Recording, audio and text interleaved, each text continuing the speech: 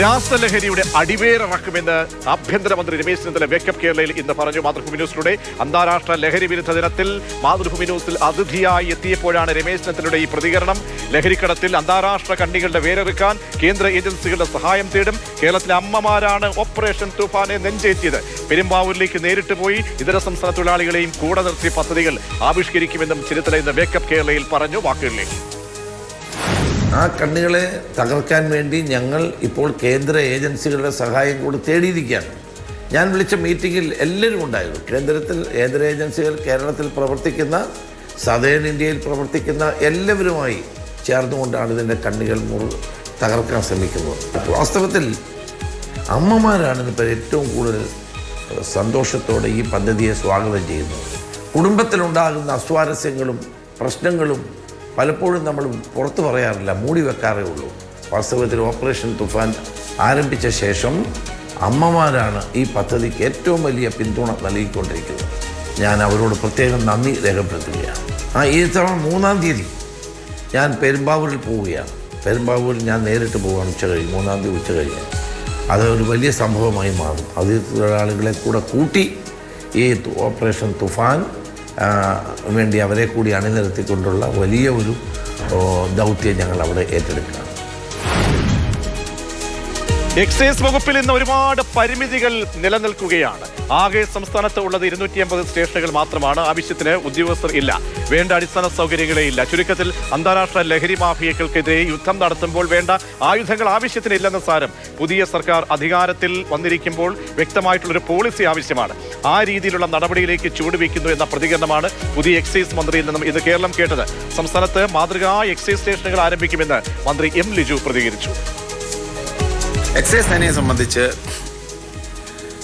എനിക്ക് ഉദ്യോഗസ്ഥന്മാരുമായും മറ്റ് പ്രധാനപ്പെട്ട വ്യക്തികളുമായൊക്കെ സംസാരിക്കുമ്പോൾ കുറേയേറെ പരിമിതികൾ അവർക്കുണ്ട്. ഒരു യാഥാർത്ഥ്യമാണ്. ആധുനികവൽക്കരണത്തിലേക്ക് പൂർണ്ണമായി കടന്നിട്ടില്ലാത്ത ഒരു സേനയാണ് എക്സൈസ്. സ്റ്റാഫുകളുടെ എണ്ണം തന്നെ ഏകദേശം 5000-നടുത്ത് മാത്രമാണ്. അവരാണ് എൻഫോഴ്സ്മെൻറ്റും എല്ലാ പ്രവർത്തനങ്ങളും നടത്തുന്നവരാണ്. ആധുനികമായ ഉപകരണങ്ങളുടെ അഭാവമുണ്ട്, വാഹനങ്ങളുടെ ഷോർട്ടേജുണ്ട്. നിലവിൽ മയക്കുമരുന്ന് കണ്ടെത്തുന്ന സമയത്ത് സബ്സ്റ്റൻസ് ഐഡൻറ്റിഫിക്കേഷൻ കിറ്റുകൾ എക്സൈസ് സേനയ്ക്ക് ഉണ്ടായിരുന്നില്ല. അതോടൊപ്പം തന്നെ കേസുകൾ എടുക്കുന്ന കാര്യത്തിൽ ഉദ്യോഗസ്ഥന്മാർ ശ്രദ്ധയിൽപ്പെടുത്തിയൊരു കാര്യം, നമ്മളിത് കെമിക്കൽ എക്സാമിനേഷൻ അയച്ചാൽ കാലതാമസം ഉണ്ടാകുന്നതൊക്കെ തന്നെ കേസുകളെ ബാധിക്കുന്നുണ്ട് എന്ന കാര്യവും അറിയിക്കുകയുണ്ടായി. ഈ വിഷയങ്ങൾക്ക് പരിഹാരം ഉണ്ടാകാനാണ് പ്രാഥമികമായ ശ്രമം ഉണ്ടായത്. അത് ബജറ്റ് പ്രപ്പോസൽ എന്ന രീതിയിൽ സംസ്ഥാന എക്സൈസ് വകുപ്പ് ബജറ്റിലേക്ക് തുക അനുവദിക്കുന്നതുമായി ബന്ധപ്പെട്ട് നൽകിയ നിർദ്ദേശങ്ങളിൽ ഒരു പ്രധാനപ്പെട്ട കാര്യങ്ങൾ ഇവയൊക്കെയായിരുന്നു. അതിൽ കേരളത്തിലെ മുഴുവൻ എക്സൈസ് റേഞ്ച് ഓഫീസുകളിലേക്കും സബ്സ്റ്റൻസ് ഐഡൻറ്റിഫിക്കേഷൻ കിറ്റുകൾ നൽകാനുള്ളൊരു തീരുമാനത്തിന് വേണ്ടി ബജറ്റിൽ തുക വകയിരുത്തിയ ഒരു പ്രധാനപ്പെട്ട ഒരു നേട്ടമാണ്. കാരണം കേരളത്തിൽ എല്ലാ എക്സൈസ് റേഞ്ച് ഓഫീസുകളിലും ഇനി മുതൽ പിടിച്ചെടുക്കപ്പെടുന്ന ലഹരി വസ്തുക്കൾ കൃത്യമായി ഏതാണെന്ന് ഐഡൻറ്റിഫൈ ചെയ്യാനുള്ള സബ്സ്റ്റൻസ് ഐഡൻറ്റിഫിക്കേഷൻ കിറ്റുകൾ നമുക്ക് ലഭ്യമാകുന്നൊരു സാഹചര്യം ഉണ്ടായി എന്നത് വളരെ പ്രധാനപ്പെട്ട ഒരു കാര്യമാണ്. ലഹരിവേട്ടയിൽ പ്രധാനപ്പെട്ട കണ്ണിയാണ് ഇൻഫോർമർമാർ, വിവരം നൽകുന്നവർ. പക്ഷേ പലപ്പോഴും ലഹരി മാഫിയുടെ ആക്രമണം ഭയന്നുകൊണ്ട് വിവരങ്ങൾ നൽകാൻ ഭയപ്പെടുന്നുണ്ട്. അതിന് പുതിയ മാർഗം കൂടി കൊണ്ടുവരികയാണ് എക്സൈസ് വകുപ്പ്. ലിജുവിന്റെ വാക്കുകളിലേക്ക്. സുരക്ഷിതത്വം എന്ന് ചോദിക്കുന്നവരുണ്ട്. ഈ ഒരു വിഷയത്തെ സംസ്ഥാന എക്സൈസ് അഡ്രസ്സ് ചെയ്തു. വളരെ പ്രധാനപ്പെട്ട ഒരു പോർട്ടൽ, മയങ്ങില്ല കേരളം ജനജാഗ്രത പോർട്ടൽ, ചുരുങ്ങിയ ദിവസങ്ങൾക്കുള്ളിൽ തന്നെ സംസ്ഥാന എക്സൈസ് അത് ഓപ്പറേഷണലാക്കിയിരിക്കുകയാണ്. ജൂലൈ 1 മുതൽ അതിൻ്റെ പ്രവർത്തനം ആരംഭിക്കും എന്ന് പറഞ്ഞാൽ ഇനി മുതൽ ഫോൺ ചെയ്ത് പറയണ്ട, പോർട്ടലിൽ വിവരം നൽകാം.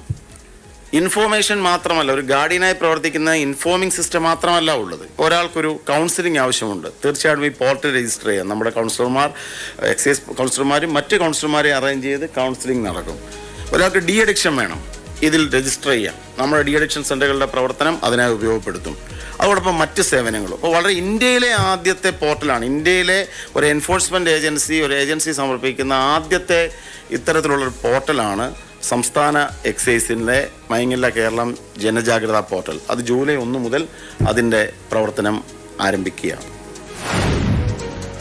ഒരിക്കൽ പിടിക്കപ്പെട്ടവർ വീണ്ടും ലഹരി വിൽപ്പനക്കാരായും ഉപയോഗിക്കുന്നവരുമായി മാറുന്നത് പ്രധാനപ്പെട്ട ഒരു പ്രശ്നമാണ്. ഇവരെ എങ്ങനെ നിരീക്ഷിക്കാം? പല പ്രതികളും റിമാൻഡും ജയിൽവാസവും ഒക്കെ കഴിഞ്ഞ് നാട്ടിൽ അങ്ങനെ വിലസുകയാണ്. ഇവരെ നമുക്ക് എങ്ങനെ ചൊൽപ്പടിക്ക് നിർത്താം? സംസ്ഥാന DGP റവദ ചന്ദ്രശേഖർ ഇന്ന് മാതൃഭൂമി ന്യൂസിനൊപ്പം ചേർന്നിരുന്നു. പ്രേക്ഷകരുടെ പരാതികൾ വളരെ ഗൗരവത്തോടുകൂടിയാണ് അദ്ദേഹം കേട്ടത്. ഈ വിഷയത്തിൽ എന്താണ് DGPക്ക് പറയാനുള്ളതെന്ന് കേൾക്കാം. ഈ റിപ്പീറ്റ് ഒഫൻഡേഴ്സ് ആയിട്ടുള്ള ആളുകൾക്കെതിരായിട്ടുള്ളത് ബോത്ത് നമുക്ക് അവർ യൂസേഴ്സ് ആണെങ്കിലും അവർക്കെതിരായിട്ട് ഒരു കുറച്ചുകൂടെ സിംപാത്തറ്റിക് ആയിട്ടുള്ള ഒരു ആറ്റിറ്റ്യൂഡിൽ പോകണം. അവർ പെഡ്ലർസോ അല്ലെങ്കിൽ അവർ കമേഴ്ഷ്യൽ ക്വാണ്ടിറ്റി ഈ ഡ്രഗ് നെറ്റ്വർക്കുള്ള ആളുകളാണെങ്കിലും അവർക്കെതിരെ കർശന നടപടി സ്വീകരിക്കുക. ഇതാണ് നമ്മുടെ ഒരു ഡബിൾ ബ്രാഞ്ച് അപ്രോച്ചിൽ പോകുന്നതാണ്. We have prepared A good database of all the offenders.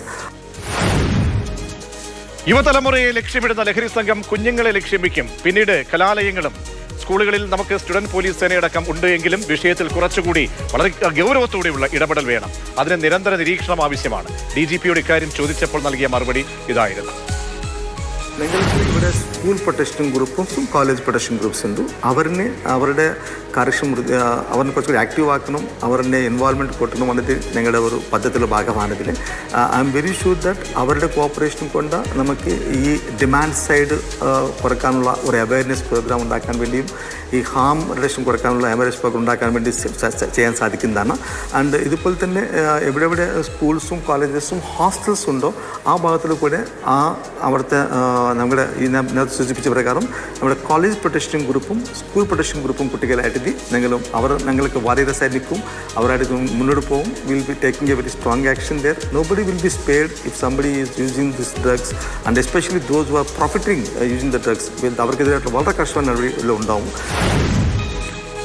കേരളത്തിലേക്കുള്ള synthetic ലഹരി വസ്തുക്കളുടെ വരവ് പരിശോധിച്ചു കഴിഞ്ഞാൽ നല്ലൊരു പങ്ക് ബാംഗ്ലൂർ നഗരത്തിൽ നിന്നാണെന്ന് മനസ്സിലാകും. വിദേശത്ത് നിന്നും ഡാർക്ക് വെബ് വഴിയും ക്രിപ്റ്റോ കറൻസി ഇടപാടിലൂടെ വരുത്തുന്ന ലഹരി വസ്തുക്കൾ ഡൽഹി, ബോംബെ, ചെന്നൈ, കൊച്ചി എന്നിവിടങ്ങളിലുള്ള ഫോറിൻ പാഴ്സൽ സർവീസ് വഴിയാണ് എത്തുന്നത്.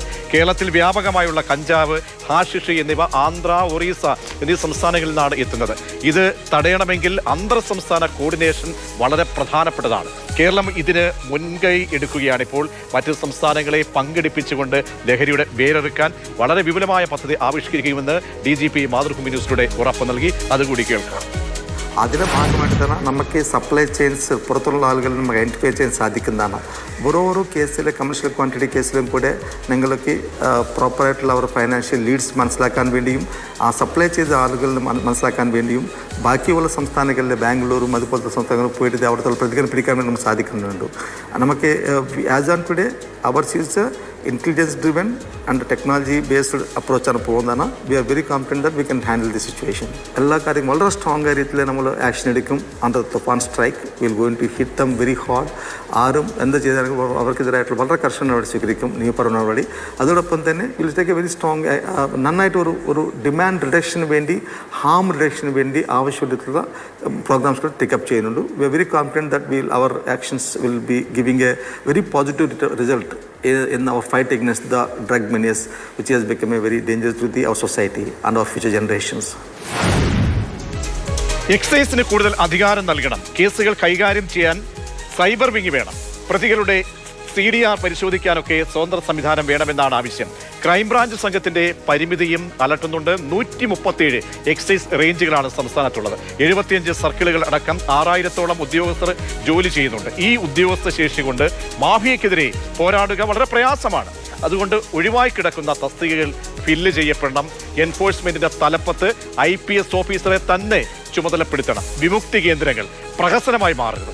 അവിടെ ഒഴിവുകൾ നികത്തപ്പെടണം. ചികിത്സയ്ക്ക് എത്തുന്നവർ തിരികെ പോകുന്നത് മഹാരോഗികളായി അല്ല എന്ന് ഉറപ്പുവരുത്തുകയും വേണം. എക്സൈസ് കൂടുതൽ കാര്യക്ഷമതയോടെ മുന്നോട്ട് പോകുമെന്ന് മാതൃഭൂമി ന്യൂസിലൂടെ അറിയിക്കുകയാണ് excise joint commissioner Vinod Kumar. അദ്ദേഹത്തിന്റെ വാക്കുകളിലേക്ക്. സ്റ്റേറ്റ് നർക്കോട്ടിക് കൺട്രോൾ ബ്യൂറോ എന്ന് പറഞ്ഞ ഒരു പ്രത്യേക വിങ് സ്റ്റാർട്ട് ചെയ്യാൻ തീരുമാനിച്ചിരിക്കുകയാണ്. അടുത്ത മാസം തൊട്ട് അത് പ്രാവർത്തികമാകും. വളരെ ശക്തമായിട്ടുള്ള എൻഫോഴ്സ്മെൻറ്റ് നടപടികളുമായി എക്സൈസ് മുന്നോട്ട് പോകാൻ തീരുമാനിച്ചിരിക്കുകയാണ്. അതിനോടൊപ്പം ആവർത്തിച്ച് മയക്കുമരുന്ന് കുറ്റകൃത്യങ്ങളിൽ ഏർപ്പെടുന്നവരെ പിറ്റ് NDPS പ്രകാരം 2 വർഷം വരെ കരുതൽ തടങ്കലിൽ വയ്ക്കാനുള്ള നടപടി സ്റ്റാർട്ട് ചെയ്തിട്ടുണ്ട്. 5ഓളം പേരിപ്പം കരുതൽ തടങ്കലിലുണ്ട്. അതുകൂടാതെ ആവർത്തിച്ച് വലിയ ക്വാണ്ടിറ്റി കൊമേഴ്ഷ്യൽ ക്വാണ്ടിറ്റി NDPS കേസിൽ ഉൾപ്പെടുന്ന പ്രതികൾക്കെതിരെ ഫിനാൻഷ്യൽ ഇൻവെസ്റ്റിഗേഷൻ തുടങ്ങാനും എക്സൈസ് വകുപ്പ് തീരുമാനിച്ചിട്ടുണ്ട്.